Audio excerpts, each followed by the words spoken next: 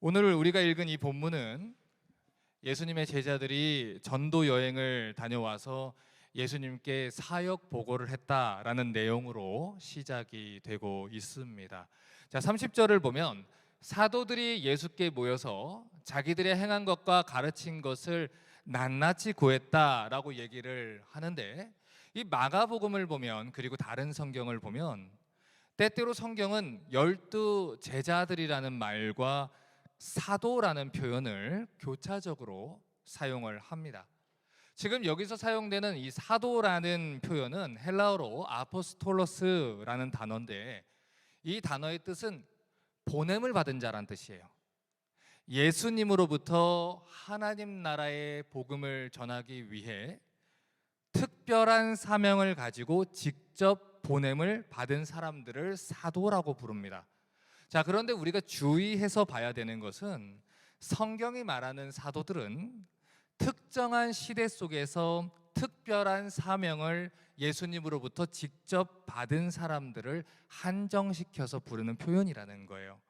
가끔 현대의 어떤 사람들이 자기들이 예수님으로부터 새로운 사명을 받은 새로 세워진 사도다라고 이야기하는 경우가 종종 있는데, 성경이 말하는 이 사도는 예수님의 제자들과 사도 바울에게만 한정해서 직분을 표현하고 있습니다.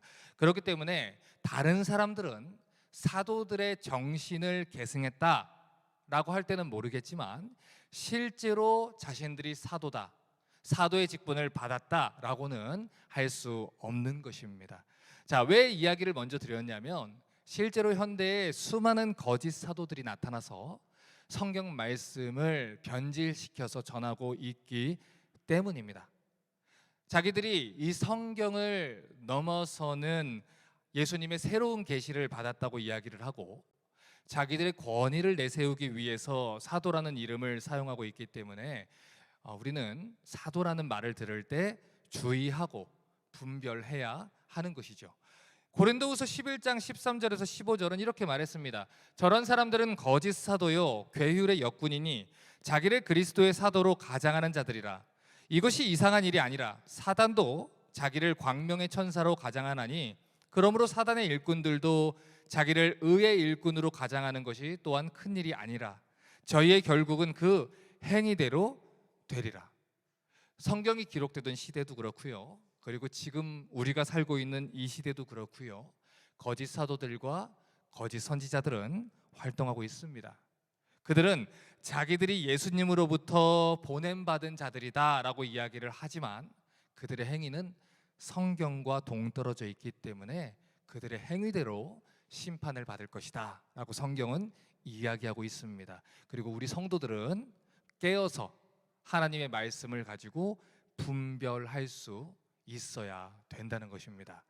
자, 다시 본문으로 와서 마가복음 6장 30절과 31절을 보면 사도들이 예수께 모여서 자기들이 어떤 일들과 사역을 행했는지를 보고를 했습니다. 그랬더니 예수님께서 말씀하시기를 한적한 곳에 잠깐 와서 쉬어라. 이는 오고 가는 사람이 많아 음식 먹을 겨를도 없음이라. 성경이 이렇게 얘기를 해요. 12제자들이 사역을 마치고 돌아왔는데 보고를 하는 모습을 보니까 너무 지쳐 보인 겁니다. 얼마나 많은 무리들이 이 제자들을 따라다니면서 요구를 해왔는지 예수님과 제자들이 밥 먹을 시간도 없을 정도로 굉장히 바쁘게 사역을 한 것이죠. 그래서 예수님이 지켜보다가 좀 쉬어라, 너희 잠깐만 한적한 곳에 가서 숨을 돌려라, 이렇게 얘기를 했어요. 그런데 사람들이 그들을 가만히 두지 않는 것이죠. 배를 타고 한적한 곳에 갔는데 가는 것을 보고 많은 사람이 예수님이다 한 거예요. 그래서 모든 고을로부터 도보로 달려왔다고 합니다. 배를 타고 지나가는데 그걸 보고 배보다 앞서서 지름길로 뛰어온 거예요. 그래서 저희보다 먼저 앞서서 그곳에 도착해 있는 겁니다. 그러니 여러분, 이 제자들의 심정을 생각해 보세요. 이제 좀 쉴 수 있겠지? 그리고 가는데 저기서 사람들이 뛰어오는 게 보여요. 그리고 도착했더니 기다리고 있어요. 휴식은 다 끝났구나, 휴식은 없구나. 그렇게 해서 이 제자들이 아마도 굉장히 힘든 마음을 가졌을 겁니다. 처음에는 기뻤겠지요. 자기들을 찾아와서 기도 요청하고 또 지금까지 자기들을 바리새인들이 박해를 했기 때문에 분명히 자기들이 이 사회적 이슈가 된 것을 즐기고 누리고 있었을 겁니다. 자, 그런데 문제가 뭐냐면 사람들이 숨 쉴 틈조차 주지 않았다는 거예요. 밥을 먹을 시간도 없고요, 잠을 잘 시간도 없고요, 잠깐 쉴 시간도 없습니다. 여기저기서 자기들을 막 만져대고 이야기를 들어달라고 요청하고 기도해달라고 막 아우성인 거예요. 그러다 보니까 이 제자들이 처음에는 기쁨으로 그 일을 했지만 나중에는 불편함과 또 짜증도 밀려왔을 것입니다. 그런 제자들의 마음을 알았기 때문에 예수님이 한적한 곳에 가서 쉬어라 라고 했는데 이 무리들이 달려와서 제자들의 휴식 시간은 가능하지 않게 됐다는 거예요. 마가복음 6장 34절을 보면 이렇게 말합니다. 예수께서 나오사 큰 무리를 보시고 그 목자 없는 양 같음을 인하여 불쌍히 여기사 이에 여러 가지로 가르치시더라. 자, 이렇게 말합니다. 자, 제자들은 이미 짜증이 났을 거예요. 그런데 우리 예수님 마음은 달랐다는 것이죠. 지금 이 성경을 보면 오늘 제자들을 따라왔던 사람들을 가리켜서 사용하는 대명사가 있습니다. 그게 뭐냐면 무리라는 거예요. 큰 무리. 이 큰 무리라는 이 단어는 헬라어로 오크론이라는 단어를 씁니다. 그런데 지금 34절에서 사용된 이 무리와 다르게 다른 복음서의 기록을 보면 사람들을 가리킬 때 백성이라는 단어를 사용을 해요. 그러니까 성경을 보면 백성이라는 단어를 쓸 때가 있고 무리라는 단어를 쓸 때가 있어요. 이 무리라는 단어는 오크론이라는 헬라어를 쓰고 백성이라는 단어는 라오스라는 헬라어를 씁니다. 전혀 다른 단어예요. 그런데 이 라오스라는 단어를 언제 쓰냐면 정통 유대인을 가리킬 때 씁니다. 그래서 사복음서에서도 라오스라는 단어가 제일 많이 기록된 복음서는 마태복음인 거예요. 왜냐하면 마태가 유대인들을 향해서 복음서를 썼기 때문에 이 마태가 백성 라오스 사람들을 표현하는 것입니다.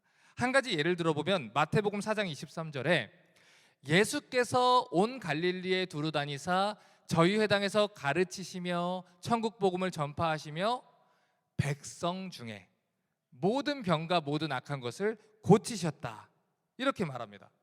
그래서 마태복음을 보면 총 15번이나 이 백성이란 단어를 사용을 해요. 왜냐하면 그가 전한 복음의 대상이 정통 유대인이었기 때문입니다. 예수님 당시에 이 정통 유대인들은요, 자기들과 이방인들을 철저하게 구분을 했어요.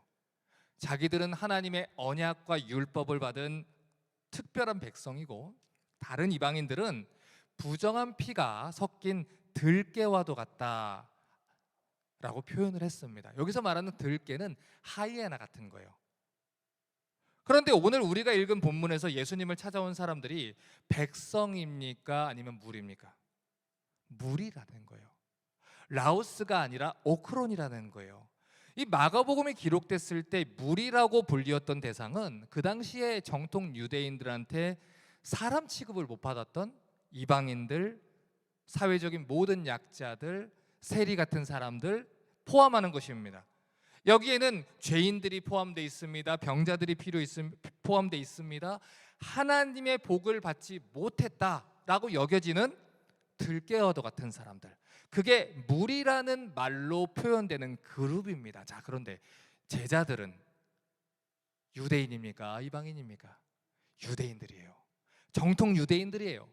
그러니 제자들의 입장에서 봤을 때 지금 자기들은 이 명예문화와 체면문화 속에서 회당장 야이로 같은 사람들과 교제를 해야 앞날이 이 창창대로로 이제 평탄하게 될 겁니다. 그런데 지금 무리들이, 이방인들이, 들깨와도 같은 자들이 계속해서 자기를 만지는 거예요. 여러분, 유대인들의 이 정결법에 따르면 부정한 자가 만지게 되면 그 사람도 부정해집니다.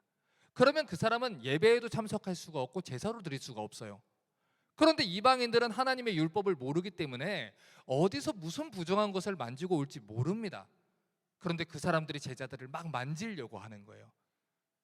처음에는 인기라고 생각했지만 지금은 피곤해요. 배고파요.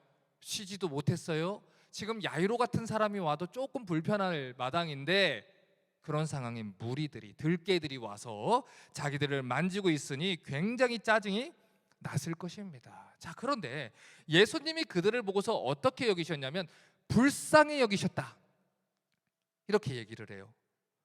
지금 불쌍히 여겼다는 이 단어가 헬라어로 스플랑크니조마입니다.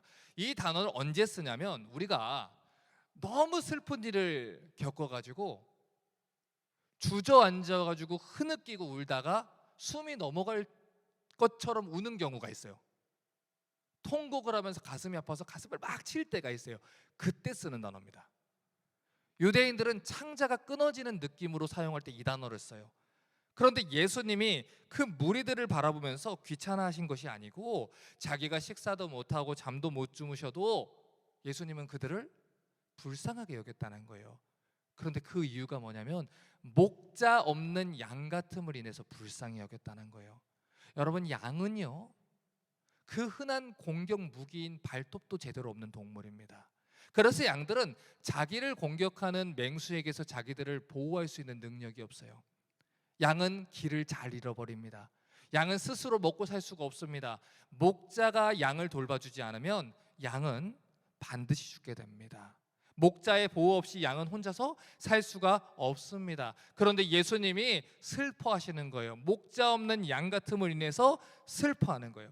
원래 하나님이 지으셨던 완전한 에덴에서는 아픔이 없었어요. 신음이 없었어요. 눈물이 없었습니다. 그런데 마귀가 우리를 속인 거예요. 그래서 죄를 짓고 하나님과 떨어져서 목자 없는 양처럼 길을 잃고 헤매게 된 것입니다. 그런데 그런 자들을 돌이키게 하기 위해서 하나님이 이스라엘을 제사장 나라로 세우셨어요. 그리고 그 나라에 제사장을 세웠습니다. 그리고 레위인들을 선택해서 하나님의 율법을 가르치라 했습니다. 그런데 그들이 에스겔서의 말씀에 따라 보니까 그들이 하나님이 맡기신 양들을 이용해서 자기들의 배를 채웠다는 거예요. 교회를 이용하고 예수의 이름을 이용하고 복음을 이용해서 그 양들을 오히려 잡아먹고 있었다는 거예요. 그래서 그 양들이 굶주렸어요. 그 양들이 길을 몰랐어요. 그 양들이 어떻게 하나님께 나아가야 되는지를 몰랐다는 거예요. 때때로 제가 성경 공부를 가르치다 보면 그런 성도분들이 있어요. 목사님, 제가 30년 동안 신앙생활을 했는데 오늘에서야 제가 예수님을 바로 합니다. 누구 잘못입니까? 그들을 올바르게 말씀의 꼴로 인도하지 않았던 거짓 목자들의 잘못이라는 거예요. 그래서 예수님이 이 공생의 사역 동안 사역하시는 가운데 가장 많이 분노하셨던 대상이 거짓 선지자들과 타락한 제사장들이었습니다. 어떤 사람들은 이렇게 말해요. 예수님은 사랑의 예수님이기 때문에 지금 우리가 드리는 예배를 와도 목사님처럼 강하게 얘기 안 할 거예요. 여러분, 예수님이 성전에 들어가서 어떤 일을 하셨는지 모르십니까? 채찍을 만들어서 그 성전을 다 뒤집어 엎으시고 내 성전을 장사하는 집으로 만들지 말라, 강도의 굴혈로 만들지 마라, 뱀들아 독사의 새끼들아 너희가 가장 그 지옥의 불구덩이로 들어갈 거다. 그게 예수님입니다. 예수님은 그 거짓 목자들에게 분노하셨습니다. 그리고 그 무리들을 보면서 불쌍하게 여기셨어요. 자, 그러면 그 무리를 불쌍하게 여기신 예수님이 행하신 일이 무엇입니까? 여러 가지로 가르치시더라. 예수님이 무엇을 가르치셨겠습니까? 회개하라, 천국이 가까웠느니라. 하나님 나라의 복음을 여러 방향과 여러 가지 예를 들고 여러 가지 설명을 통해서 복음을 가르쳐 주셨습니다. 사람의 철학이 아니에요. 가짜 복음이 아니에요. 성경에 기록된 하나님의 진심을 가르치고 성경에 기록된 하나님의 마음을 가르치고 성경에 기록된 하나님을 백성들에게 가르쳐 주시는 것입니다. 마태복음 4장 4절을 보면 이미 예수님이 이렇게 말씀하셨어요. 예수께서 대답하여 가로되 기록되었으되 사람이 떡으로만 살 것이 아니요 하나님의 입으로 나오는 모든 말씀으로 살 것이니라. 음식이 중요합니다. 사람이 살아가는 데 있어서 음식도 중요하고 옷을 입는 것도 중요하고 거주하는 집도 중요합니다. 하지만 예수님께서 말씀하시기를 그 중에 가장 중요한 것은 하나님 말씀을 듣는 거라는 거예요. 예수님께서 주기도문을 가르치실 때 이렇게 얘기합니다. 일용할 양식을 위해서 기도해라. 일용할 양식이라는 것은 24시간 내에 살아갈 모든 음식과 의복과 살아갈 수 있는, 거주할 수 있는 모든 것을 말합니다. 그런데 말하기를 오늘 살 것을 위해서 구해라, 오늘 먹을 것을 위해서 구해라, 오늘 너희가 생존에 필요한 것들을 위해서 구해라. 그러면 주실 것이다. 내일 일은 내일이 염려할 것이다. 내일은 하나님이 내일 주실 것이다. 오늘 만나를 구해라, 오늘 만나를 주어라, 오늘 만나를 먹어라 라고 얘기했습니다. 하지만 하나님의 말씀에 관해서는 그렇지 않습니다. 사람은 하나님의 말씀으로 사는 것입니다. 사람은 하나님 말씀 들을 때 비로소 우리의 영혼은 다시 기운을 얻어 살 수 있는 것입니다. 무엇을 먹을까? 무엇을 입을까? 그것은 이방인들이 구하는 것입니다. 그것은 이미 우리 하늘아버지가 아십니다. 우리가 구해야 되는 것은 무엇입니까? 하나님의 말씀입니다. 오늘 내가 하나님의 뜻대로 살 수 있도록 말씀을 주십시오.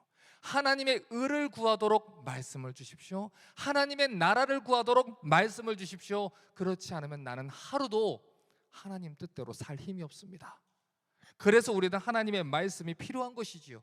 왜 오늘날 하나님의 양들이 굶주리고 있습니까? 왜 하나님의 양들이 목자 없는 양들처럼 헤매고 있습니까? 이유는 하나입니다. 그들이 하나님 말씀의 꼴을 먹고 있지 않기 때문이에요. 그들은 예배 자리에 있습니다. 설교를 듣는다고 합니다. 그런데 복음이라 말하지만 복음이 아닌 것을 듣고 있습니다. 하나님의 말씀이라 말하지만 하나님의 말씀이 아닌 것을 듣고 있습니다.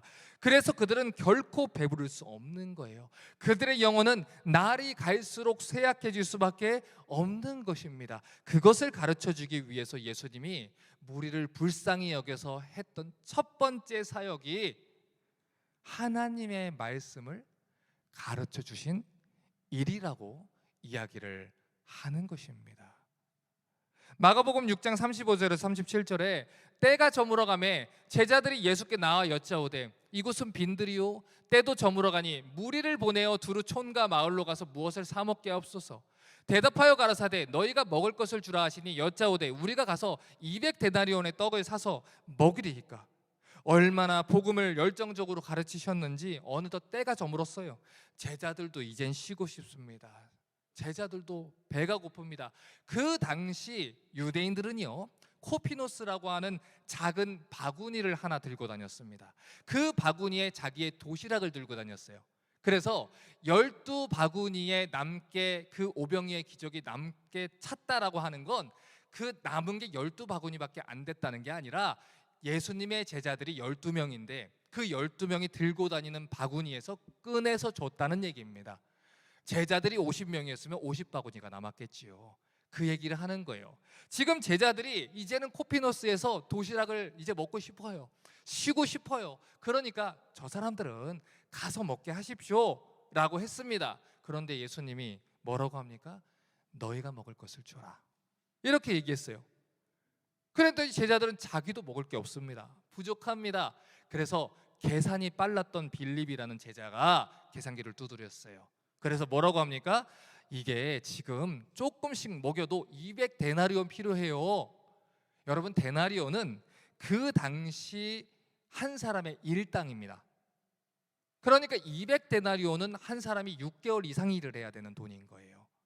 계산하기 쉽게 100불로 잡으면 2만 불 필요합니다. 이 얘기예요. 예수님 우리 재정 아시잖아요. 2만 불이 어디 있어요? 그냥 보내시죠. 이 얘기입니다. 그런데 예수님이 다 아시면서 무리들에게 이 먹을 것을 주라 이렇게 얘기를 한 거예요. 자, 그런데 마가복음 6장 38절 보니까 너희에게 떡 몇 개나 있느냐 그랬더니 가서 알아보고 떡 5개와 물고기 2마리가 있습니다 이렇게 얘기를 했어요. 우리에게 지금 남은 거는 지금 물고기 2마리와 떡 5개 뿐입니다. 자, 그런데 같은 사건을 다루고 있는 요한복음 6장 9절을 보니까 이렇게 말해요. 여기에 한 아이가 있어 보리떡 5개와 물고기를 가졌나이다. 그러나 그것이 이 많은 사람에게 얼마나 되겠습니까? 이렇게 얘기를 했습니다. 자, 지금 이 그림이 코피노스입니다. 유대인들이 이런 이 바구니를 들고 다녔던 거예요. 그러니 그 아이도 이 바구니를 들고 다니면서 자기들의 이 도시락을 먹은 건데, 그 당시 사람들의 주식이 뭐였냐면 밀가루나 보리가루로 만든 빵입니다. 그런데 우리가 옛날에 50년도 전에 이 개역 한글 성경을 번역을 하다 보니까 그 당시 우리나라 사람들은 떡을 먹으니까 떡으로 번역을 한 거예요. 그런데 빵입니다. 그들의 주식은 빵인데, 자, 문제는 뭐냐면 지금 요한복음 6장 9절에서 얘기했을 때 보리떡 5개다, 요한이 얘기를 했다는 거예요. 보리떡은요, 그 당시에 가장 가난했던 사람들이 먹는 빵입니다. 돈이 조금 있는 사람들은 밀가루로 만든 빵을 먹었어요. 가난했던 서민들은 이 보리가루로 만든 빵을 먹었고요. 지금 물고기 이 2마리라는 것은 정어리 같은 그런 흔한 잡어 중에 하나, 그런 아주 흔한 생선을 말합니다. 그것은 대표적으로 가난했던 사람들의 음식이었다라고 얘기를 해요.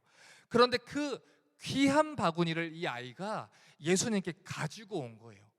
요한복음 6장 7절부터 9절에 빌립이 이렇게 말했습니다. 각 사람으로 조금씩 받아도 200데나리온 부족합니다.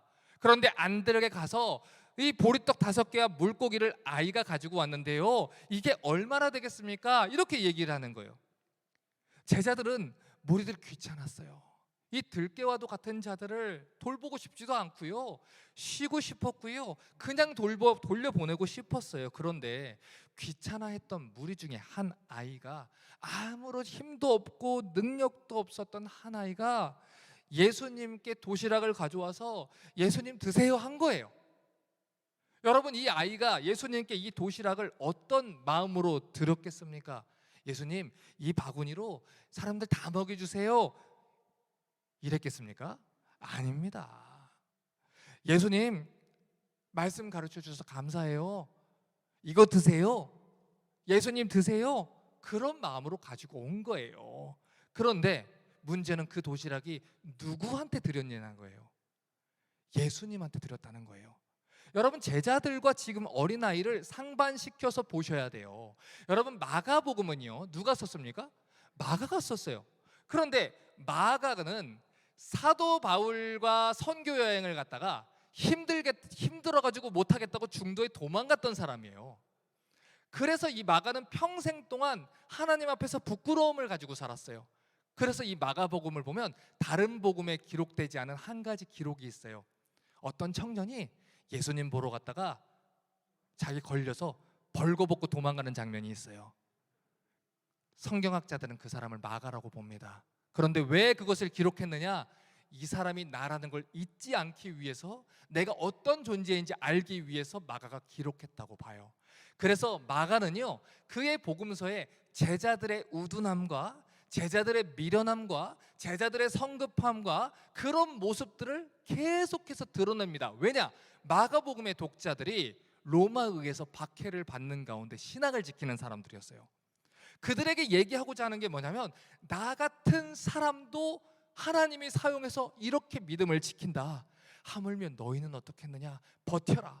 나도 복음을 전한다. 버텨라. 그거를 전해주기 위해서, 나는 대단한 사람 아니에요, 그러니까 나는 순교자가 될 수 없어요 하는 자들에게, 아니에요, 버틸 수 있어요, 용기를 주기 위해서 계속해서 우둔한 모습을 보여주는 거예요. 그래서 이 마가의 기록들을 가만히 보면 이 사람들의, 제자들의 우둔한 모습들을 보입니다. 그런데 그 모습을 더 적나라하게 보였던 사람이 요한이에요. 요한이 이 기록을 왜 남겨놨겠습니까? 이 제자들이 믿음이 없었다는 거예요. 마가가 왜 이 기록을 남겨놨습니까? 이 제자들이 믿음이 없었다는 거예요. 그런데 이 제자들의 믿음 없는 모습이 어린아이의 모습과 대조가 된다는 거예요. 이 어린아이는요, 계산을 하지 않아요. 눈앞에 예수님이 계셔요. 근데 예수님이 너무 감사해요. 그래서 그것을 가지고 와서 예수님 감사합니다, 예수님 이거 드세요, 내가 가지고 있는 전부인데 예수님 보리떡이 조금 입에 안 맞으실 수 있어요, 그런데 예수님 이거라도 드세요 하는 그 아이의 마음이라는 거예요. 그런데 그 아이의 헌신으로 인해서 어떤 일이 벌어집니까? 떡 조각과 물고기를 12바구니에 차게 거두고 떡을 먹은 남자만 5천 명입니다. 성경학자들은 그 당시 여자들과 어린아이들은 이 인원 개수에 치지 않았다고 봐요. 그래서 최소 2만에서 3만 명이 아닐까라고 봅니다. 다 먹었어요.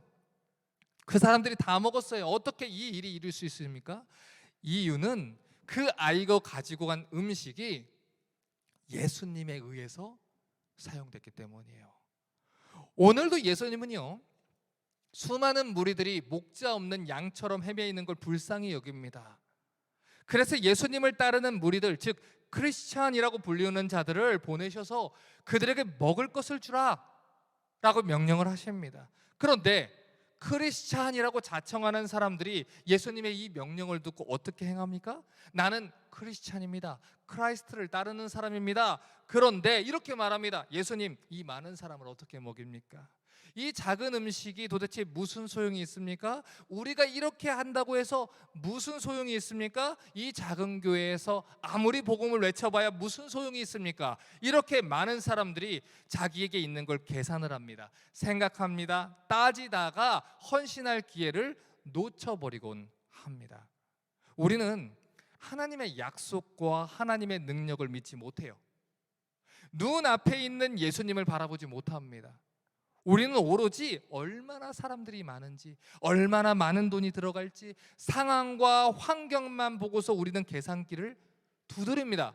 그런데 여러분, 우리의 문제는 가진 것이 없는 게 아닙니다. 믿음이 없는 겁니다. 가끔 성도분들과 이야기를 하다 보면, 목사님, 제가 지금은 상황이 안 좋아서 지금은 못하지만 나중에 하겠습니다 라고 하시는 분들을 봅니다. 지금 못하면 나중에도 못합니다. 5살 때 0.1불을 11조를 못하면 50살이 돼도 못하는 것입니다. 지금 내게 가진 게 없어서 하나님의 일에 헌신하지 못하는 게 아니에요. 하나님에 대한 사랑과 믿음이 없어서 헌신하지 못하는 것이죠. 우리는 말씀을 들을 때 믿음보다 계산을 먼저 합니다. 그렇기 때문에 망설이게 되는 거예요. 요단강은 발을 디뎌야 갈라지는데 계산을 두드리는 겁니다. 내가 저 끝까지 헤엄칠 수 있을까? 중간에 저 요단강이 덮치면 어떻게 할까? 그렇게 하다가 헌신할 수 있는 기회도, 믿음으로 살아볼 수 있는 기회도 없는 것입니다. 그러니 그들의 믿음은 결코 자라는 법이 없습니다. 하지만 여러분, 계산은 우리가 하는 게 아닙니다. 하나님이 하시는 것입니다. 계획도 하나님이 하시는 것입니다. 결과도 하나님이 책임지시는 것입니다. 내 통장에 그것을 가능하게 할 돈이 있느냐 없느냐가 중요한 게 아니고, 그것을 하나님이 명하셨느냐, 그것이 하나님이 허락하신 것이냐, 그것이 중요한 겁니다. 가나안 땅의 군사들을 우리의 군사력으로 이길 수 있느냐 없느냐, 그것으로 따졌으면 이스라엘은 절대로 가나안 땅에 못 들어갑니다. 저희가 이 교회, 이 예배당에 처음 들어올 때 저희 재정으로는 가능한 일이 아닙니다. 그런데 운영인들과 얘기할 때 제가 이 얘기를 했어요. 중요한 게 뭐냐면 입출금이 얼마만큼 차이 나는 게 중요한 게 아니고, 하나님이 여기를 주셨느냐 주시지 않았느냐, 그것이 중요한 것이다. 하나님이 주셨으면 우린 들어간다. 제가 지난주에 재정에 대해서 들었어요. 작년 이맘때 결산 보고와 다를 것이 없다는 얘기를 들었습니다. 마이너스 안 났다는 얘기예요. 여러분, 중요한 것은 하나님이 주셨느냐 안 주셨냐는 거예요. 그것에 내가 순종하느냐 순종하지 않느냐 이거예요. 갈렙이 이렇게 말했습니다. 내 나이 85세로 돼 지금도 여전히 출입에 강건한즉 하나님께서 이 헤브론 산지를 주시면 내가 능히 그 산을 취하겠나이다. 나이가 아니에요. 재정이 아니에요. 하나님이 주셨느냐. 하나님이 주신다고 했으면 45세에 약속을 했든 85세에 약속을 했든 120세에 약속을 했든 하나님이 주신다고 했으면 주시는 것입니다. 마가복음 6장에 등장하는 사람들의 모습을 보십시오. 첫 번째는 복음을 위해서 목숨까지 버린 세례 요한 같은 사람들이 있어요. 물론 세례 요한도 처음에는 시험에 들었어요. 그가 왜 시험에 들었습니까? 주변 환경을 바라보니까 시험 드는 거예요. 예수님을 바라보지 않고 주변 이 환경에 붙들렸을 때 시험에 드는 거예요. 그런데 그가 언제 그 시험을 이겼습니까?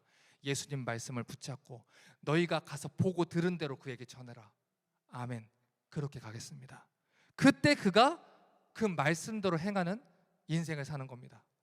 두 번째로, 자기에게 있는 게 보리떡과 같이 작은 것이라도 예수님 위해서, 하나님 나라를 위해서 헌신하는 아이들 같은 헌신이 있어요. 여러분, 남들 보기에 그거는 작은 거예요. 남들 보기에는 아무것도 아닌 것처럼 보여요. 그런데 그 헌신이 누구에게 바쳐졌느냐는 거예요. 예수님께 바쳐졌을 때 5,000명 이상을 먹일 수 있는 놀라운 기적을 일으키는 것입니다. 그리고 마지막 세 번째는, 예수님이 주신 것 가지고 사람들에게 떼어주는 제자들이 있어요. 여러분, 방금 전까지 제자들은요, 이거 가지고 얼마나 먹입니까? 이거 가지고 어떻게 합니까? 하는 사람들이었어요. 그런데 그들이 이러나 저러나 예수님께 순종합니다. 그래서 떡을 떼기 시작합니다. 그들은 계속해서 놀랐을 거예요. 떡을 떼는 족족 그것이 계속해서 남아있는 걸 보고 놀랐을 거예요. 입을 닫고 순종할 때 비로소 그 경험도 할 수 있는 것입니다. 평생을 믿음 생활을 해도 간증거리 하나 없이 신앙생활하는 사람들이 있어요. 그래서 늘 남의 간증만 듣는 거예요. 왜냐? 믿음으로 살아본 적이 없으니까. 이래서 안 되는데요, 이걸로 안 되는데요, 믿음으로 살아본 적이 없으니까 남의 이야기만 듣는 것입니다. 귀로만 들었습니다. 눈으로 보지 못했습니다. 그러니 믿음은 도무지 자라나지 않는 것입니다. 자, 오늘 본문을 보십시오. 마가복음 6장 41절에 예수님이 하늘 우러러 축사하시고 떡을 떼어서 제자들에게 주셨다 말합니다.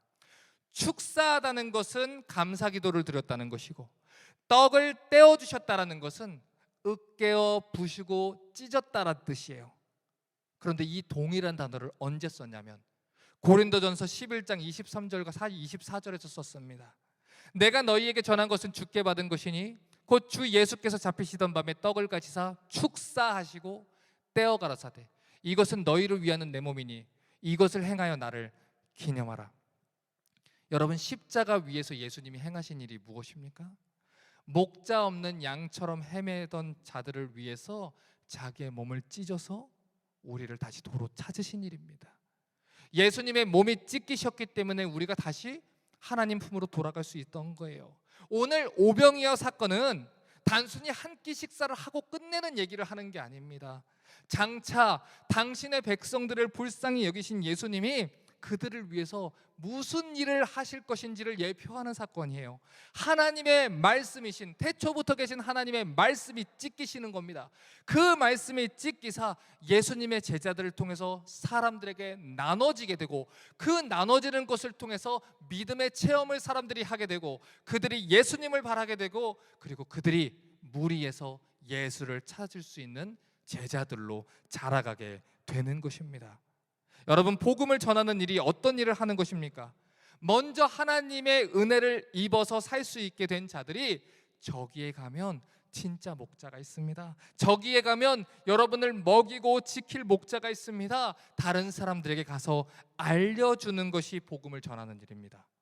여러분, 복음은 무엇입니까? 기쁜 소식입니다. 길을 잃고 헤매고 기진하여 죽어가는 사람들한테 가서 저기 가면 보리떡과 물고기를 배불리 먹을 수 있습니다 라고 알려주는 것입니다. 그런데 예수님이 하나님의 교회에게 맡기신 사명이 뭡니까? 이 복음을 전하는 사명이라는 것입니다. 떡을 떼어서 나눠주는 사명을 하라는 것입니다. 그래서 오늘 예수님이 이 자리에 있는 우리에게도 동일하게 말씀하시는 거예요. 너희가 먹을 것을 주어라. 예수님이 직접 나눠주시는 게 아니에요. 예수님이 나눠주시는 거 가지고 너희가 가서 먹을 것을 주어라. 너희가 생명의 떡인 예수를 먼저 만났으니, 구원의 약속을 받았으니 이제 우리는 목표를 달성했습니다가 아니라 그 생명의 떡을 먼저 받은 자로서 다른 사람들을 불쌍히 여기고 그 복음의 진리를 전하는 자가 되어라. 이것을 전하라는 것입니다. 그래서 요한복음 6장 35절은 오늘 본문이 무슨 사건을 예표했는지 이렇게 말을 하는 것입니다.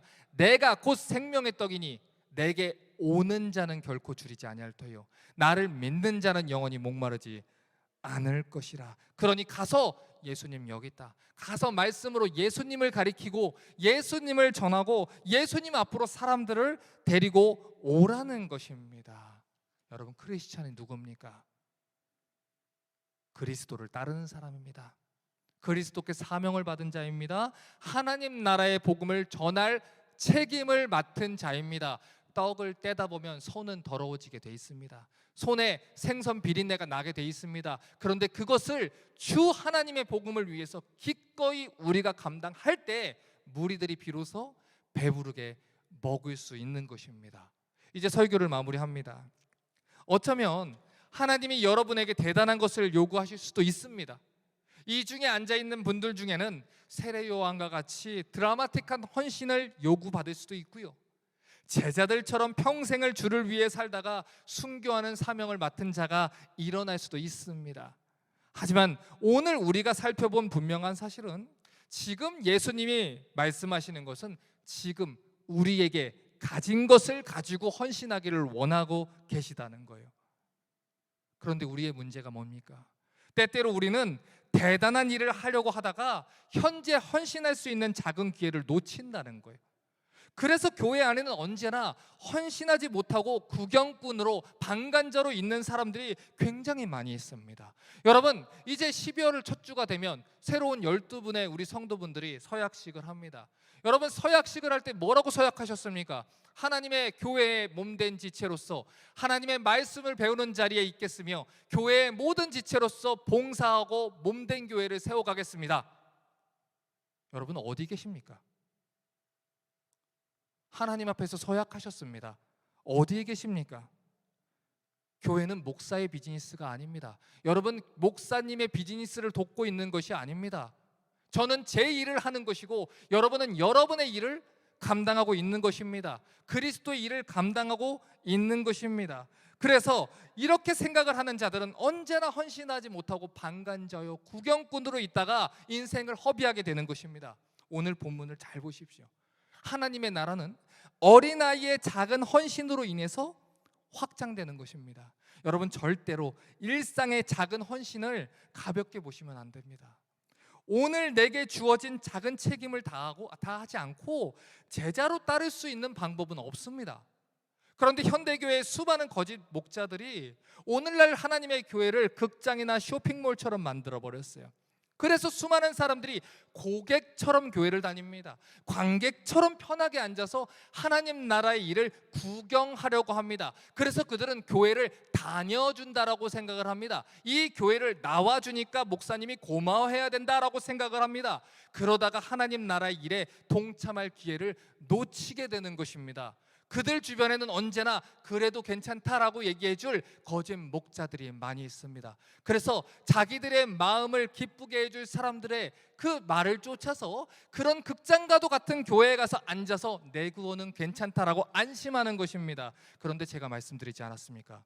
나중에 주님 만날 때 두 가지에 놀란다고. 첫 번째는 나에게 광명의 천사처럼 왔던 사람들이 지옥불에 있다는 것에 놀랄 것이고, 두 번째는 그들을 따라갔던 내가 그들과 같은 곳에 있는 걸 놀랄 것입니다.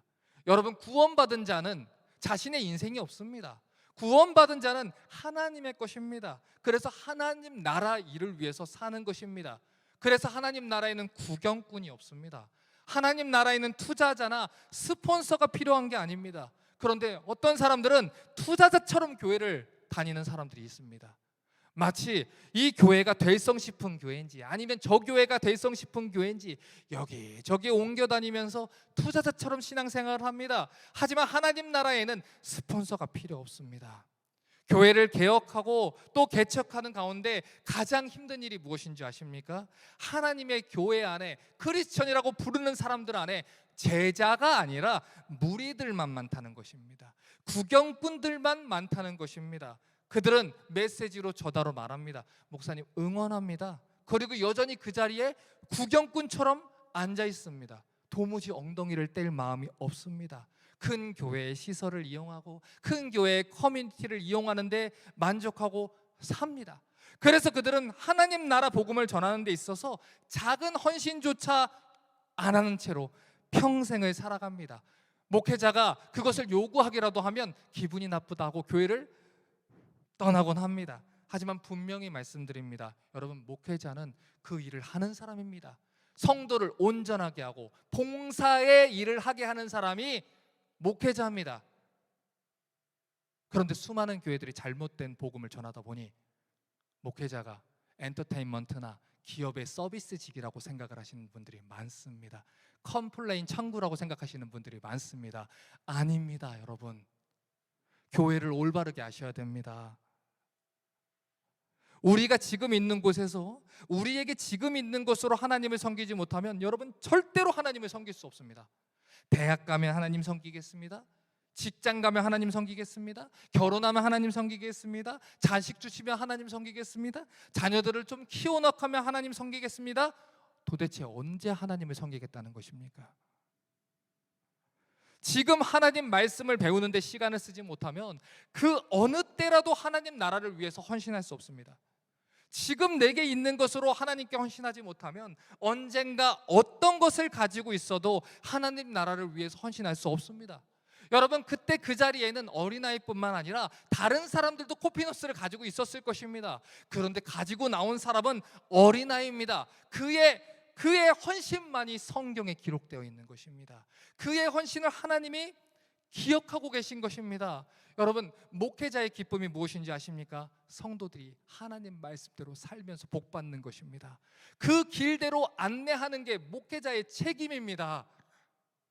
때때로 청년들을 가르치다 보면 선교 집회나 부흥회에 가서 앞에서 헌신한 사람 앞으로 오세요, 무릎 꿇으세요, 헌신한 사람 손 드세요 하면 다 와서 무릎 꿇습니다. 그리고는 지키지도 못할 거창한 맹세를 하기 시작합니다. 말로는 자기가 저 땅끝까지 가서 아프리카까지 평생을 가서 주를 위해 봉사하겠다고 왔습니다. 하지만 그의 삶을 보면 작은 부분조차 하나님께 바쳐진 바가 없습니다. 여러분, 우리가 솔직하고 진지하게 생각해 보자는 거예요.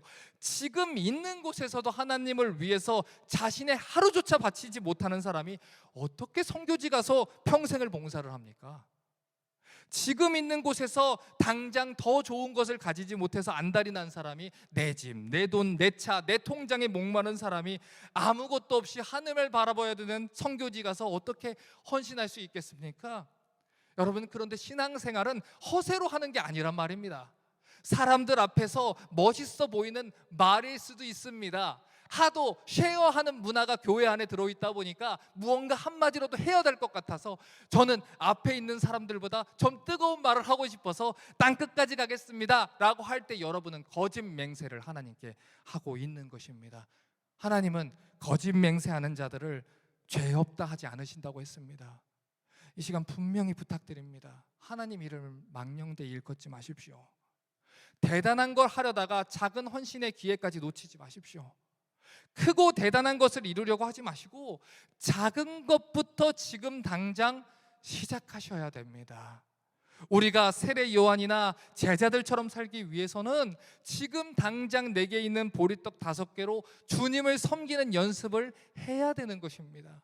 보리떡은 가장 작은 것을 말해요. 과부의 2렙돈을 말해요. 지금은 내게 가진 게 이거밖에 없지만 내게 있는 모든 것을 하나님께 드립니다. 내 인생 하나님께 드립니다. 그것을 통해 하나님 나라는 확장되는 것입니다.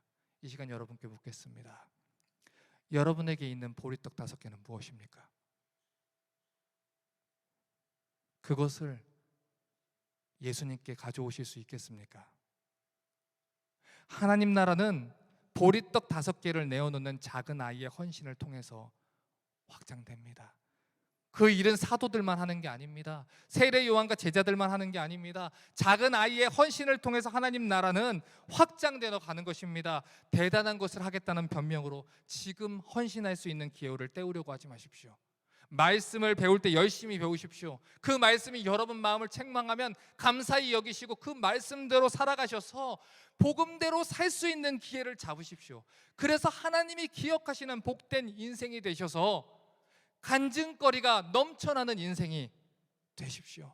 그 모습을 보고 여러분의 자녀들이 우리 아버지를 따라 어머니를 따라 주 예수 그리스도를 나의 하나님으로 삼는 복받는 인생을 사시기를 주님의 이름으로 부탁드립니다.